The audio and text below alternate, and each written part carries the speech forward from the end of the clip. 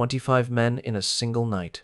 That number would echo through the marble halls of Rome like a curse, whispered behind closed doors, written in forbidden scrolls, erased and rewritten again. It was not the boast of a courtesan or the legend of a tavern girl. It was a confession carved into the rotting heart of an empire. The woman at the center of it all was not a slave, not a performer, but an empress, Valeria Messalina, wife of Emperor Claudius, mother of Rome's heir, and the most powerful woman alive. But that night, power was not enough. In the suffocating luxury of her palace, wrapped in silk and silence, Messalina found herself drowning in the one thing no crown could protect her from: boredom. The world lay beneath her feet, yet she felt hollow, unseen, unalive. So she made a choice that defied reason, dignity, and empire itself. She would strip herself of the purple, descend into the filth of Rome's underworld, and challenge its most infamous prostitute to a contest of endurance, a game that would shake the empire, destroy her dynasty, and expose the disease festering in the heart of power. In the glittering heart of imperial Rome, within chambers perfumed by roses imported from Egypt and guarded by statues of forgotten gods, the young Empress Valeria Messalina reclined upon sheets dyed in royal purple, staring at the ceiling as if its gilded constellations might speak back to her. She was 23 years old and already the most envied woman on earth, yet she felt imprisoned in a palace of perfection. Her husband, Emperor Claudius, ruled the world with decrees written in trembling ink, but she ruled the shadows with glances and whispers. Every luxury known to humankind lay within reach: banquets, villas, silks, slaves, dancers, philosophers, but each pleasure only deepened the void that gnawed at her soul. The marble floors beneath her bare feet were colder than any dungeon, for they reflected not chains of iron, but chains of expectation. She was the divine Augusta, mother of the air, the embodiment of virtue and fertility, but behind the ceremonial smiles and the rehearsed gestures, Messalina felt herself dissolve into nothingness. Her husband adored her, though not as a man adores a woman. Claudius, 58 years old and shaped by decades of ridicule, loved her as a collector loves a perfect statue, something to be polished, displayed, and never truly touched. His affection was safe, sterile, devoid of danger. To the Senate he was a scholar, to the legions a reluctant god, but to Messalina he was the silence that smothered her. When he spoke of grain shipments, aqueduct repairs, or the endless bureaucracy of empire, she nodded, smiling faintly, while her mind wandered to the subterranean hum of the city below, the laughter, the sin, the warmth of real life pulsing through Rome's veins. She envied the chaos of the streets, the freedom of the nameless, to be seen not as an empress, but as flesh. In those nights of feverish isolation, her mirror became her only confidant. Its silvered surface reflected not a woman but an idol, a flawless illusion sculpted by power. Every time she looked, she saw less of herself. Her beauty, once a weapon, had turned into a curse, a perfection so blinding that no one dared look beyond it. Lovers came and went, each more desperate than the last, but they sought the legend of Messalina, not the heart of Valeria. Senators, poets, gladiators, all surrendered themselves at her feet, yet none could touch the loneliness that lurked behind her eyes. She began to realize that power, in its purest form, was not freedom but suffocation. The more she controlled, the less she felt. The more she was worshipped, the less she existed. And so a thought began to take root within her, a poisonous, intoxicating thought that whispered through her sleepless nights. What if, just once, she could abandon the marble mask and become someone else entirely? What if she could walk among the forgotten, stripped of title and expectation, and taste the raw air of the living? That idea was madness, of course. An empress could no more vanish into the gutter than the sun could hide behind the moon. But madness was precisely what seduced her. For Messalina, the line between reason and rebellion had already blurred beyond recognition. The court's intrigues bored her, the Senate's flattery sickened her, and even cruelty had lost its thrill. She had destroyed reputations, exiled philosophers, and manipulated ministers. But each victory felt hollow. Each act of domination only deepened her yearning to be defeated. In that yearning lay the seed of her downfall. She began to imagine not conquest but surrender, not command but exposure. To feel something real, she would have to lose control completely. She needed danger, not safety, shame, not glory, flesh, not divinity. The empire worshipped her as untouchable, but she longed to be touched, to be stripped of power, until only the pulse of existence remained. Somewhere in the labyrinth of her mind, the figure of Loba was born, a name stolen from the gutter, a mask fashioned from desperation. Loba, the wolf woman, the mirror opposite of the Augusta. Each day, as Claudius buried himself in scrolls and maps, Messalina rehearsed her descent. She studied the gestures of slaves, the dialect of taverns, the scent of cheap oil and sweat.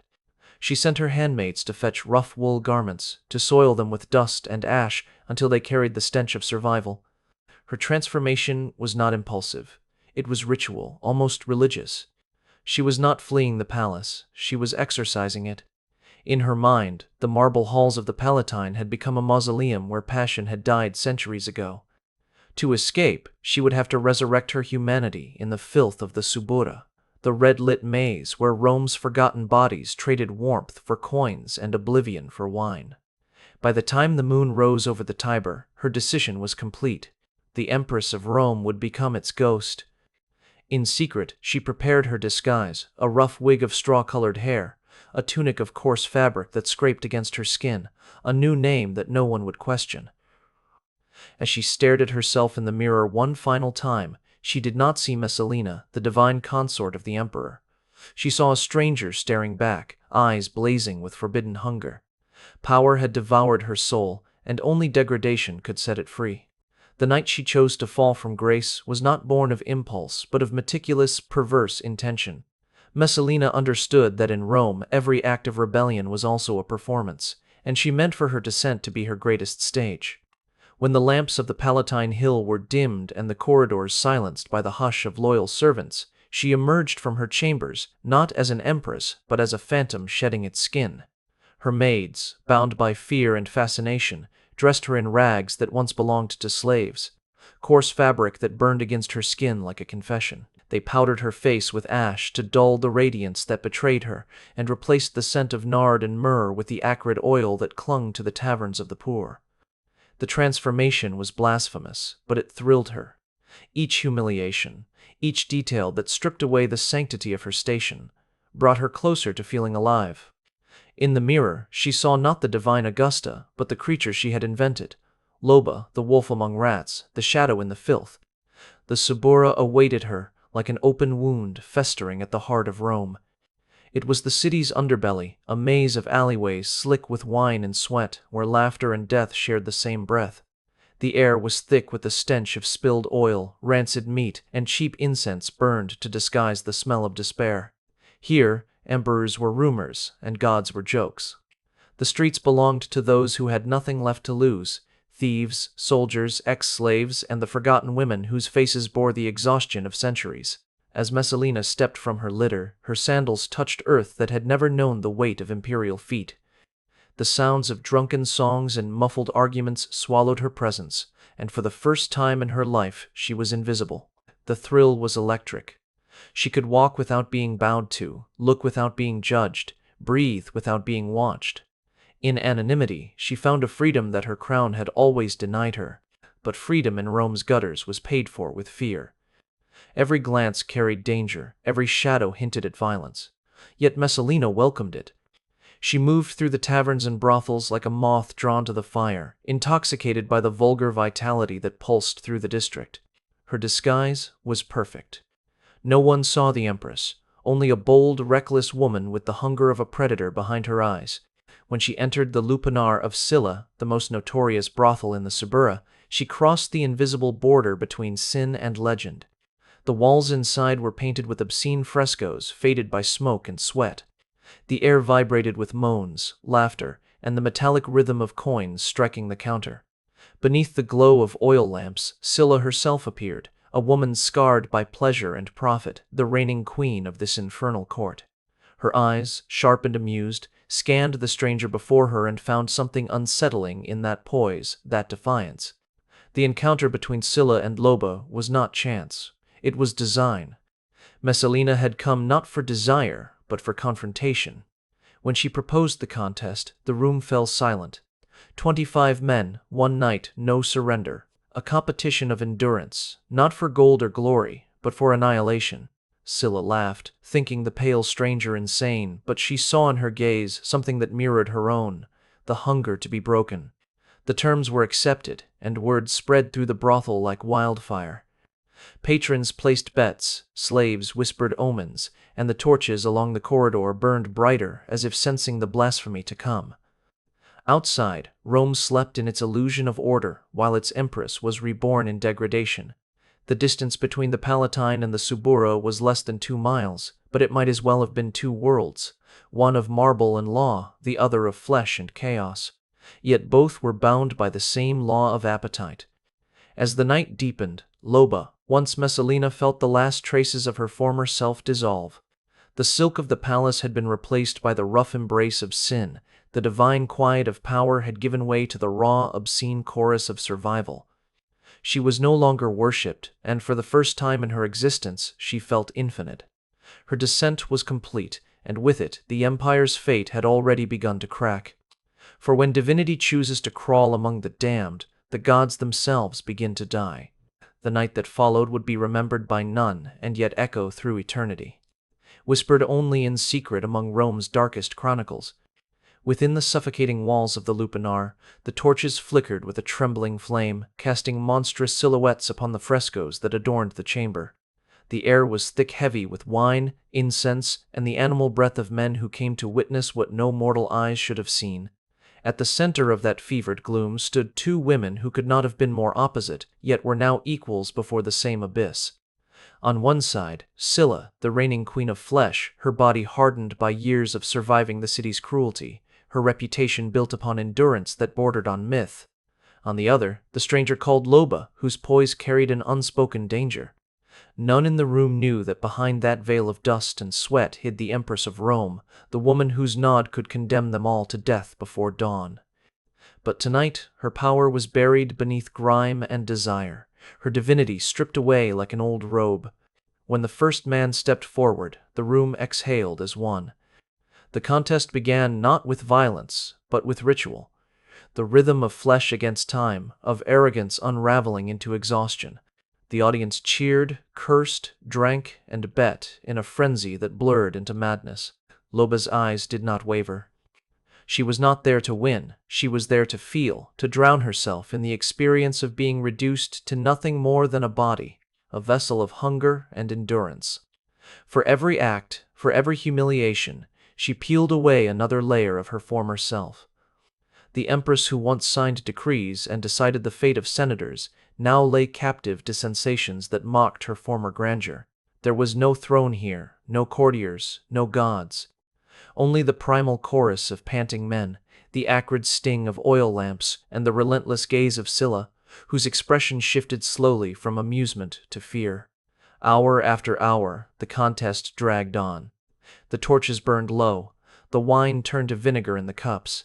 The spectators who had gathered for entertainment began to realize they were witnessing something far darker, something sacred in its desecration. Loba's body trembled but did not falter. Her mind slipped into a trance beyond exhaustion, where pain and ecstasy became indistinguishable. Every breath was a rebellion against her former self, every motion an act of defiance against the sterile perfection of the palace. When Scylla finally collapsed, her strength spent, her pride shattered, Loba remained. The Empress had conquered not her opponent, but her own divinity. The Count had reached 25, and still she endured, driven by something that transcended lust or vanity. She was proving to herself that she could bleed, that she could break, that she could feel what it meant to be alive among the condemned. When the final man withdrew and the brothel fell silent, the world seemed to stop breathing. The spectators, too stunned to speak, looked upon her not with lust but with awe and terror. Scylla lay motionless beside her, defeated, her legend extinguished in a single night. Loba, drenched in sweat and shadow, rose unsteadily to her feet. Her chest heaved, her eyes gleamed not with victory but with revelation.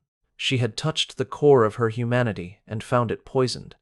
The silence that followed was not peace. It was judgment. Even the walls seemed to recoil, as if the painted gods feared the blasphemy they had just witnessed. Some said that dawn crept through the windows like a ghost that dared not enter. The pale light revealed what the darkness had concealed, the face of a woman both divine and damned. The servants of the lupanar, too afraid to speak her name, watched as she wrapped herself in a discarded cloak and vanished into the alleys of the Subura. Behind her, the chamber reeked of sweat, smoke, and something unholy, an offering to the void. She had triumphed, yes, but triumph was meaningless now. The hunger that had driven her descent had not been sated, it had merely evolved. She had proved herself mortal only to find that mortality was more terrifying than the marble prison she had fled. As she made her way back toward the Palatine Hill, the dawn broke like a wound across the horizon. Rome awoke, unaware that its empress had walked through its filth, conquered its queen of sin, and returned crowned with a shame too profound for words. In her mind, she believed she had escaped consequence, that her secret would remain buried among the nameless. But the gods of Rome are not merciful. The night she believed had freed her had, in truth, already begun her undoing. For in the empire of power, nothing hidden remains buried for long. The contest of 25 men was no longer a game, it was the opening act of divine retribution. When Messalina returned to the marble silence of the Palatine, the dawn's first light glimmered upon the city's roofs like the dying embers of a forbidden fire. She walked through the palace corridors with her cloak clinging to her skin, the scent of the Subura still clinging to her like a curse. The maids who saw her dared not speak, for her eyes, hollow and feverish, carried a new and dangerous light. She bathed herself in milk and rose water, scrubbing her body as though she could wash away what she had done, yet the act of cleansing only deepened her corruption. Beneath the surface calm of her ritual lay a revelation too dark to contain. She had found the boundary between power and ruin, and it had thrilled her. Claudius, the emperor she called husband, was far away, lost in the arithmetic of empire, tallying taxes, cataloging men and cattle, as if the world could be tamed by numbers. He did not see that the most perilous rebellion of all was unfolding not on the frontiers of Britannia, but within the walls of his own bedchamber. For a time, Messalina's secret survived, sealed behind the masks of ceremony and the complicity of servants who loved their lives too much to whisper the truth. But desire, once awakened, is a beast that does not sleep again. The thrill of degradation had only sharpened her hunger for danger. She began to invite new lovers into her orbit, senators, gladiators, poets, any man who could feed the fire she had lit within herself. The palace became her private theater of corruption, where she staged elaborate spectacles of seduction not for pleasure, but for proof that her will remained supreme. The wives of the nobility were summoned, humiliated, and broken for sport. What had begun as a secret rebellion against power had become an addiction to its inversion. To Messalina, each scandal was a masterpiece, each outrage, a reminder that she could twist Rome's morality into her plaything and still be worshipped as divine. Yet every empire is sustained not by its ruler's virtue, but by the silence of those who profit from it. Claudius's freedmen, Narcissus, Pallas, and Callistus, had built their fortunes on their proximity to her, closing their eyes to her crimes so long as her hand fed them. They were Rome's invisible government, the keepers of its lies. But power, once shared, breeds envy, and envy, once seated, blooms in betrayal. Among them, Narcissus, the sharpest and coldest of the three, began to sense that the Empress's recklessness was no longer profitable. It was fatal. He saw that her appetites had grown into a monster too vast to contain, one that threatened not only her own life but the fragile structure of Rome's stability. And so he began to watch her as one studies a doomed star, brilliant, beautiful, and collapsing under its own gravity. Messalina's next obsession would seal her fate. His name was Gaius Silius, a man of aristocratic blood and unbearable beauty, chosen to be consul in the coming year. To her, he was everything Claudius was not: youthful, bold, alive. At first, their affair was discreet, veiled in the same secrecy that had preserved her other transgressions. But secrecy was not in her nature. The thrill lay in exposure, in daring the gods themselves to strike her down. Soon she flaunted Silius openly, parading him through the palace as though the emperor's blindness rendered her immune. She forced Silius to divorce his wife and installed him in the imperial chambers. The whispers began, but she no longer cared. The Senate trembled, the generals muttered, and still Claudius remained unaware, cocooned in his scholar's delusion that the empire obeyed his reason. It was then that Messalina made the one decision even her admirers could not comprehend. Bored with adultery, weary of secrecy, she decided to make her union with Silius official, not in the shadows, but in broad daylight. She ordered a wedding to be held, complete with priests, witnesses, and vows. The Empress of Rome would marry another man while her husband still sat upon the throne of the world. It was not simply madness. It was suicide written in silk. To her, it was a game of power pushed to its ultimate limit, a test to see whether the empire that bowed before her would dare to raise its hand against her. To everyone else, it was treason. Narcissus, who had watched her fall with morbid fascination, understood that this was the moment to strike. His survival depended on her destruction. While she prepared garlands for her new marriage, he prepared soldiers for her death. In the villa on the Pincian Hill, the wedding feast roared with laughter, wine, and oblivion. Messalina, draped in a saffron veil, toasted her new husband as Rome's elite looked on in frozen terror. They understood that to celebrate with her was complicity, but to refuse was death. In that grotesque theater of power and delusion, the fate of an empire was sealed. For while the Empress danced, Narcissus rode through the night to the emperor's camp, carrying not rumors but witnesses, the concubines of Claudius himself, who whispered the truth into the old man's ear until the weight of it shattered his denial. In that instant, the scholar became the executioner. The machinery of vengeance began to turn. The Empress who had once commanded legions would soon find herself hunted by the same blades she had once kissed. When the veil of madness finally tore, the empire moved with the precision of a machine that had been waiting for its command. As the news of Messalina's mock wedding spread, Narcissus seized his chance with the cold efficiency of a bureaucrat turned executioner. He reached Claudius at the port of Ostia, where the emperor was dutifully inspecting the grain fleets that kept Rome alive. The smell of salt, fish, and wet hemp filled the air as Narcissus approached with a face carved from stone and words that would unmake a dynasty. At first, Claudius refused to believe him.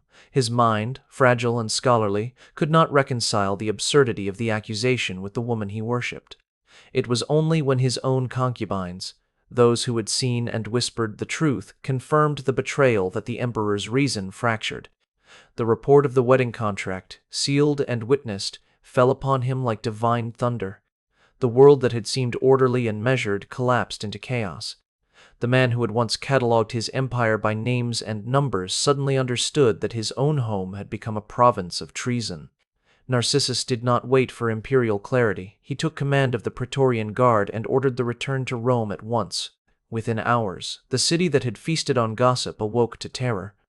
Messalina's villa on the Pincian Hill, still echoing with music and laughter from the night before, was surrounded by soldiers whose faces were hidden behind iron masks.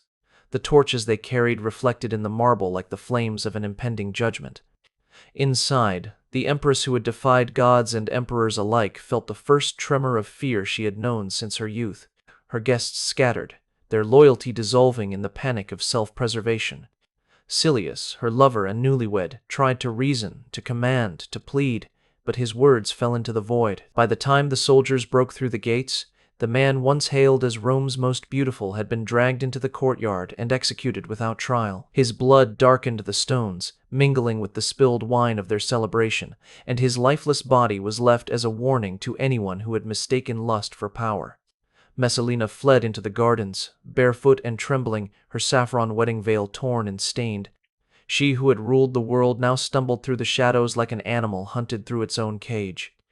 She sought refuge in the house of her mother, Domitia Lepida, whose face bore neither anger nor compassion, only the cold resignation of a patrician who had seen too many gods fall from marble pedestals.